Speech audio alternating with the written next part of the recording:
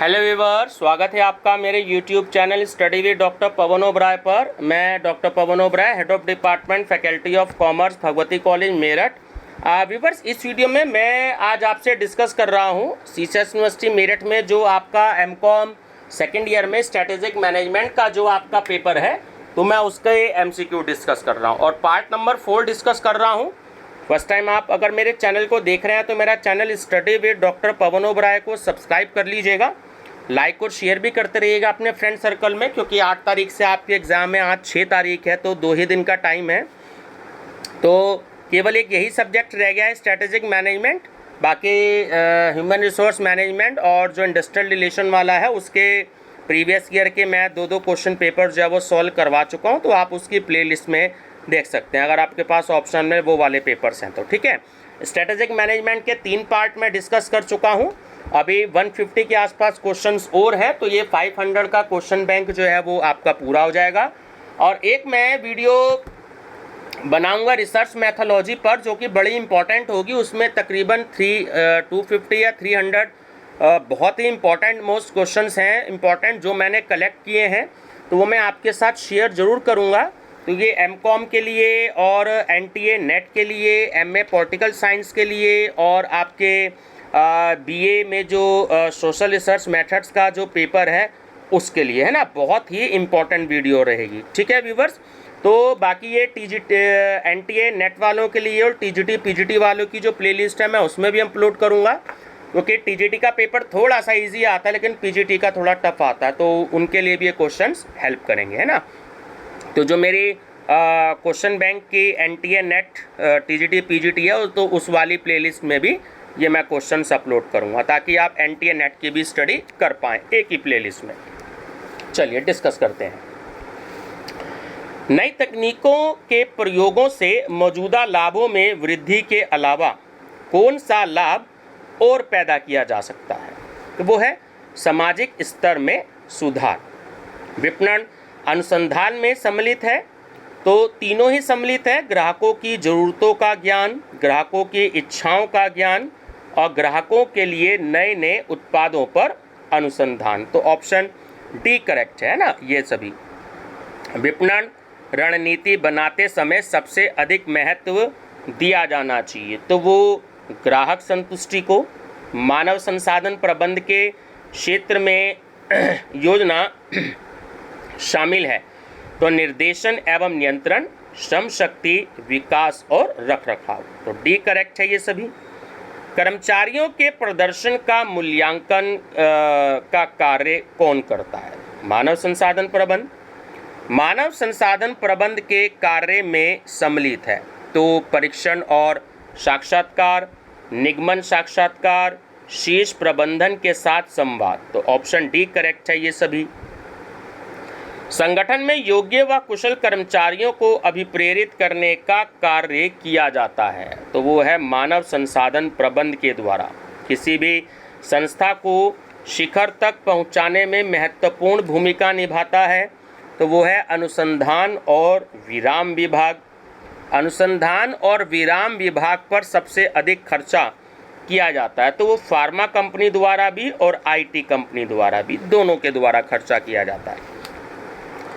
अधिकार के प्रकार होते हैं, तो 3 प्रकार के होते हैं। विकेंद्रीयकरण उपयुक्त है बड़े आकार वाले उपक्रमों के लिए। मूल्य श्रृंखला 2 मुख्य शीर्षकों में विभाजित है, तो ये प्राथमिक विधियां हैं और परिधीय गतिविधियां। Organization and management in industry and business नामक पुस्तक के लेखक हैं, तो वो है W.V. कार्नेल। विकेंद्रीयकरण भारार्पण के फलस्वरूप मिलने वाले दायित्वों का आकार होता है, तो यह कथन है EFL ब्रीच का। रणनीतिक मूल्यांकन का केंद्रीय उद्देश्य होता है, तो वो संगठनात्मक उद्देश्यों को प्राप्त करने हेतु प्रभावशीलता का मूल्यांकन करना। अब्दुल्ला समूह निम्नलिखित में से किस रणनीति को लागू करता है? छटनी को, जिसे एक हितधारक के रूप में वर्गीकृत किया गया है, तो वह है समुदाय के 2 आपूर्तिकर्ता। भव्य रणनीति मानी जाती है तो वो सामरिक व्यापार रणनीति मानी जाती है। आंतरिक लेखा परीक्षा की जाती है तो बाहरी ऑडिट के समांतर। निम्नलिखित में से कौन कॉरपोरेट और व्यावसायिक रणनीतियों का समर्थन करने पर केंद्रित है? तो वो संचालन रणनीति है। निम्नलिखित में से कौन सा प्रयास व्यक्तिगत व्यवसाय इकाई अपना मिशन प्राप्त करने के लिए करता है? व्यापार रणनीति। 3 संगठनात्मक स्तर हैं तो ऑप्शन ए इसमें सही है, कॉरपोरेट स्तर, व्यवसाय स्तर और कार्यात्मक स्तर। कॉरपोरेट स्तर वह है जहां शीर्ष प्रबंध निर्देश देता है तो वो संपूर्ण संगठन के लिए रणनीति डैश बाहरी ऑडिट का हिस्सा नहीं है। तो जो वित्तीय अनुपात का विश्लेषण है वो बाहरी ऑडिट का हिस्सा नहीं है। दृष्टि और मिशन का कथन अक्सर पाया जा सकता है वार्षिक रिपोर्ट में। बाहरी ऑडिट करने की प्रक्रिया में शामिल करने की आवश्यकता है तो वो प्रबंधक और कर्मचारियों को अधिक संख्या में शामिल करना। निम्नलिखित में से कौन रणनीति प्रबंध का कार्य नहीं है? अंकेक्षण करना। प्रबंध एक जन्मजात प्रक्रिया है तो यह कथन बिल्कुल सत्य है। किसी उत्पाद का यूएसपी बताता है तो ये उत्पाद के उच्च बिक्री योग्य तरीके या प्रमुख बातों को बताता है। TQM का पूर्ण रूप है टोटल क्वालिटी मैनेजमेंट।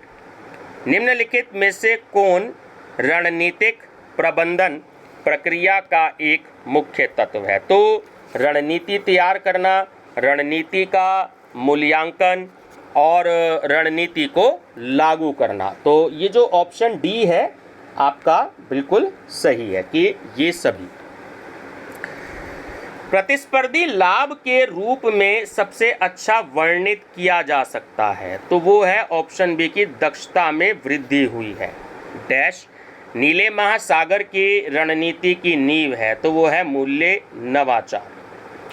विपणन एक प्रक्रिया है जिसका उद्देश्य है तो वो है ग्राहकों की संतुष्टि। मानवों की ज़रूरतों के रूप में संस्कृति और व्यक्तिगत द्वारा आकार लिया जाता है तो वो है सामाजिक आवश्यकता है। विपणक अक्सर डैश शब्द का प्रयोग या उपयोग ग्राहकों के विभिन्न समूहों को कवर करने के लिए करते हैं। बाजार का विपणन के इतिहास में उत्पादन अवधि कब समाप्त हुई? तो 1920 के दशक में।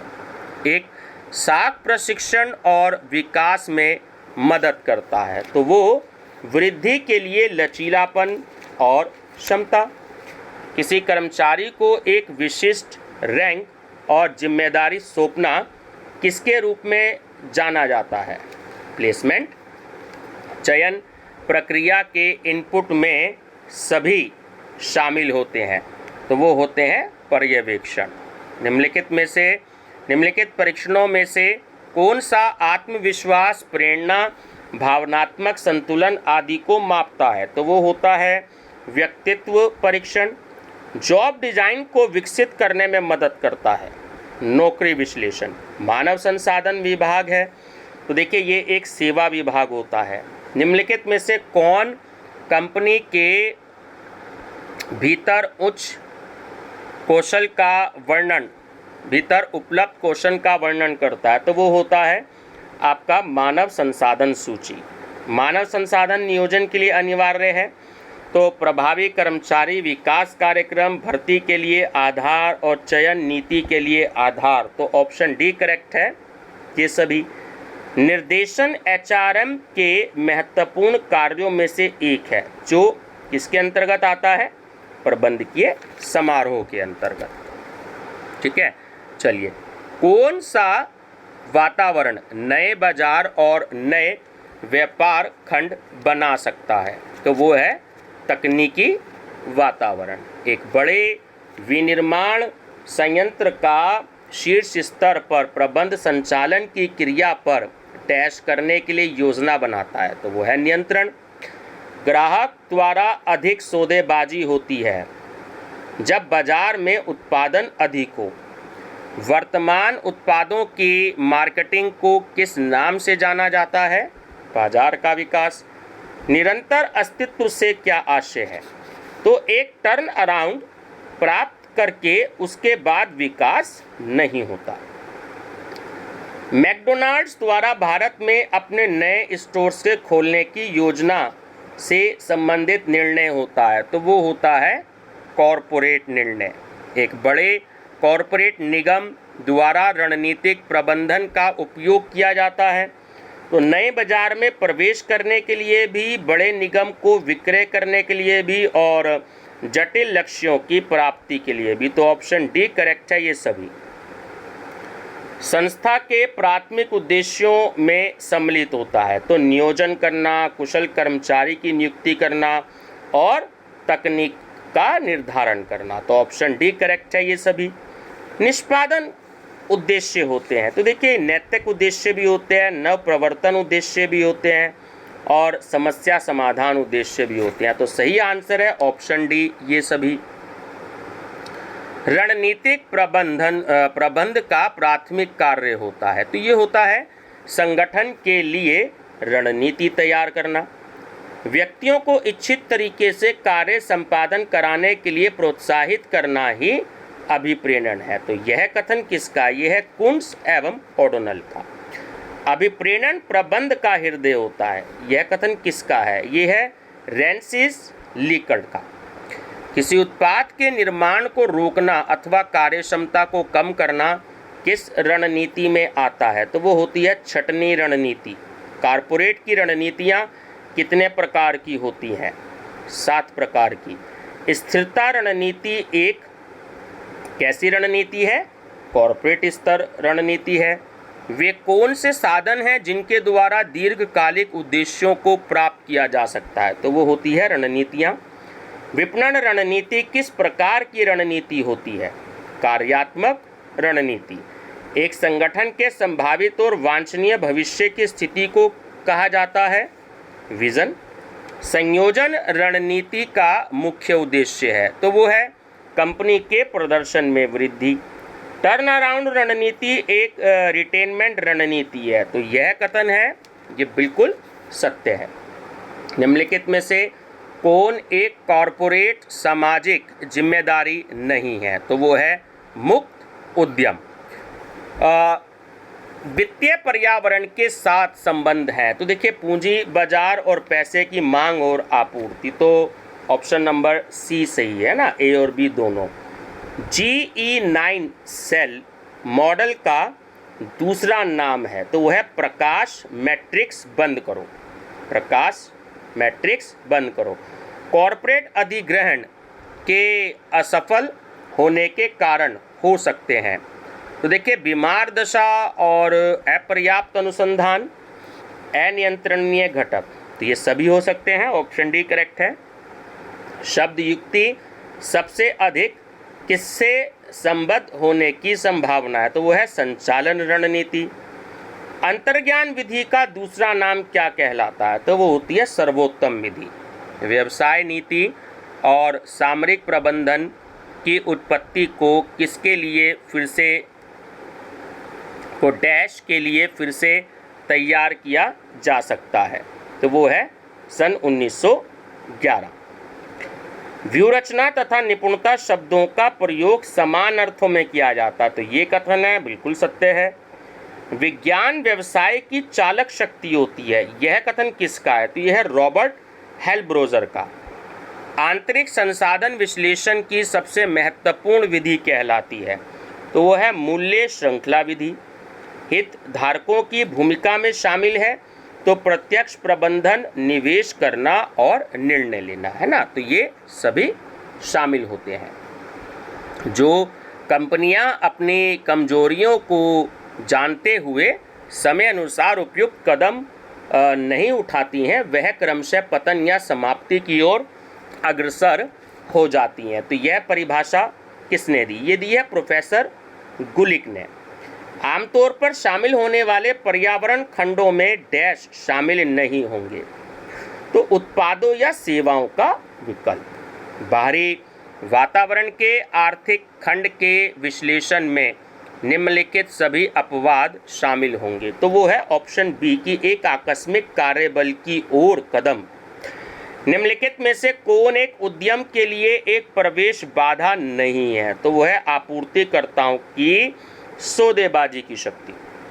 आपूर्तिकर्ता शक्तिशाली होते हैं जब तो वे आगे एकीकरण का एक विश्वसनीय खतरा प्रदान करते हैं। प्रतियोगी द्वारा की जाने वाली प्रतिस्पर्धी क्रियाओं पर प्रतिक्रिया देने की संभावना अधिक होती है। तो वो होती है बाजार के नेताओं। किसी उत्पाद को अद्वितीय, बेहतर व व्यवस्थित बनाने का उपकरण कहलाता है बेंचमार्क। रणनीतिक मुद्दों के लिए प्रबंधन के निर्णय किस स्तर के होते हैं? ऊपर।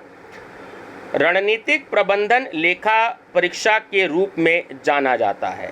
तो वो है पर्यावरणीय जांच करना।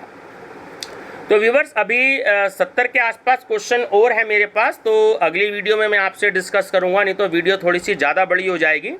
तो इससे आगे क्वेश्चन मैं अभी थोड़ी देर बाद जो है वो नेक्स्ट वीडियो में ही आपसे डिस्कस करता हूं। ठीक है, वीडियो पसंद आए तो लाइक शेयर सब्सक्राइब जरूर कर लीजिएगा, और मेरी तरफ से आपको जो है एडवांस में बेस्ट ऑफ लक, और आप बहुत अच्छे से पेपर दें, और आप जो भी कोई फ्यूचर में बनना चाहते हैं वो ज़रूर बने।